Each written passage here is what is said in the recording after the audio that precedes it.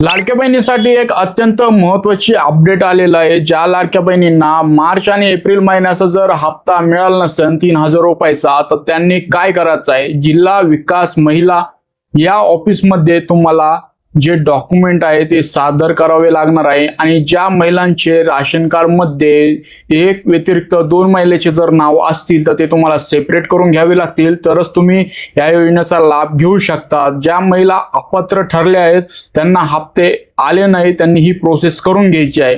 आणि तुम्हाला जर तुमचा परत चालू कसा करायचा आहे यावरती जर माहिती पाहिजे असेल तर या व्हिडिओला जास्तीत जास्त शेअर करून कमेंट मध्ये प्रोसेस टाइप करून पाठवा। पण तुम्हाला एक लक्षात ठेवायचं आहे, आपल्या इंस्टाग्राम पेजला फॉलो केलेलं असेल तरच तुम्हाला ती प्रोसेसची जी माहिती आहे तुम्हाला डायरेक्ट मेसेजद्वारे भेटणार आहे। आणि संध्याकाळपर्यंत ही जी प्रोसेस आहे कशी करायची आहे या रिलेटेड जो व्हिडिओ आहे आपल्या YouTube चॅनलवरती येणार आहे।